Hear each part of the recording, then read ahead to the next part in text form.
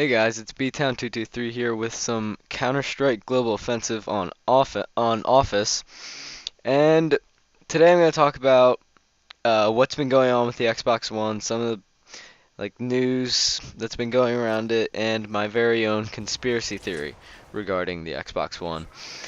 So some of the major topics going around in the news about the Xbox One is they are allowing developers to use more GPU space for developing the games. It was originally set to have 10% always saved for the Kinect, but now they're switched it so now only 2% is for the Kinect at all times. Obviously, a main reason is the fact that they aren't getting the performance that people expected with a next-gen console, and it's definitely not meeting to the standards of the PS4 because every third-party game is for the PS4 is one-upping them in either frames per second or quality, or like 1080p to 720p, and there's several games that have that. The most recent was the Tomb Raider edition, and it's becoming obvious that the Xbox One is not as powerful as the PS4, and maybe once developers get better optimizing for certain consoles, it'll become a little closer, but this early, when developers are able to get 1080p, 60 frames per second with PS4 games, and not for the Xbox One, as optimization goes on, it's still going to be getting better for the PS4 and the Xbox One, but I honestly think the Xbox One is going to really struggle to catch up to PS4 in quality. Hopefully this fixes some of the problems for Xbox One owners, because if I had an Xbox One right now, I'd be pretty upset that constantly I'm hearing about games being less powerful on my console. Another big topic is the most recent system updates for the Xbox One. They're actually named Prepare for Titanfall, which I don't think was the best idea because not every Xbox One owner is going to be buying Titanfall, although I strongly suggest that they do, seeing it's the only game that will be out for the Xbox One. Same reason for PS4, I'm buying Infamous Second Son as soon as it comes out. I've been playing DC Universe Online lately because honestly that's one of the few games on the PS4 that is actually fun.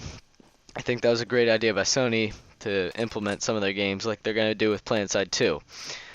But back to the Xbox. They're naming it Prepare for Titanfall, and the updates are huge. The last update they had was about 16 gigabytes. That's big. And they aren't exactly telling people what's in the updates. Like the last update, apparently there was DLC for Dead Rising 3 in it. It wasn't... If you didn't have Dead Rising 3, you still had to get the system update and you still downloaded the DLC, but obviously you'd still have to purchase it to play it, but you downloaded it, and that could have been 10 or 8 to 10 gigabytes of the 16 gigabyte download, and people that don't own the game don't want to give up space like that or waste their time downloading those. And I think a problem with naming the most recent updates Prepare for Titanfall, if people aren't purchasing Titanfall, they want to know if they're getting anything out of the update besides what's going to happen for Titanfall.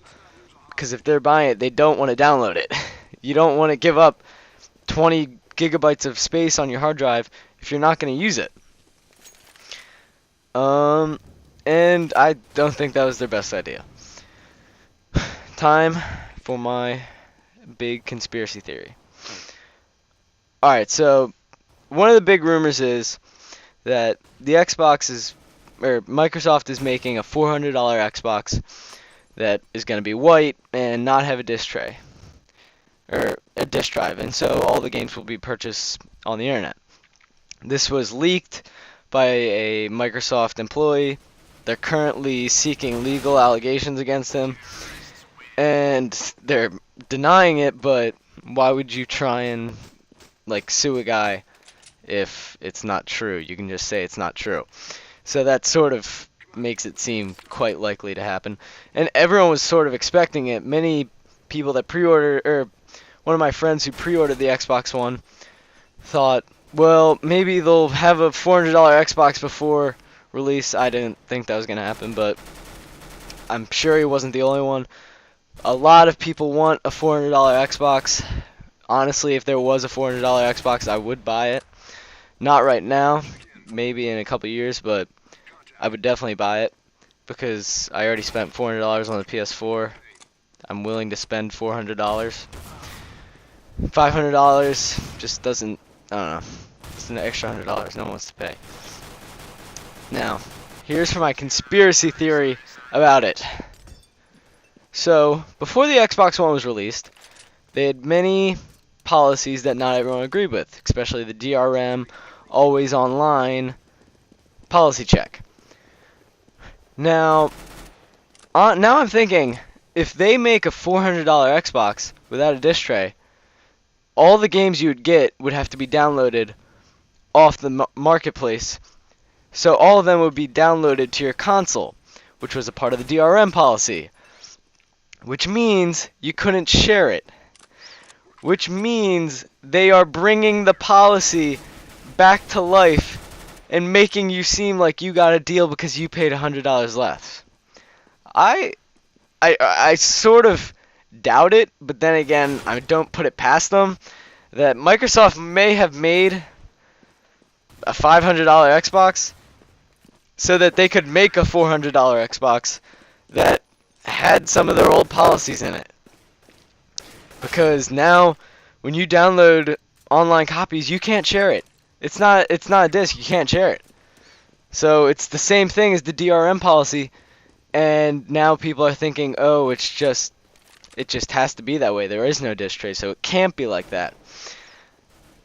I think Microsoft may have foreseen a possibility to place some of their old policies back in. I doubt it. I don't know. I think it's true. Let me know what you guys think. Thanks for watching. I'll see you next time.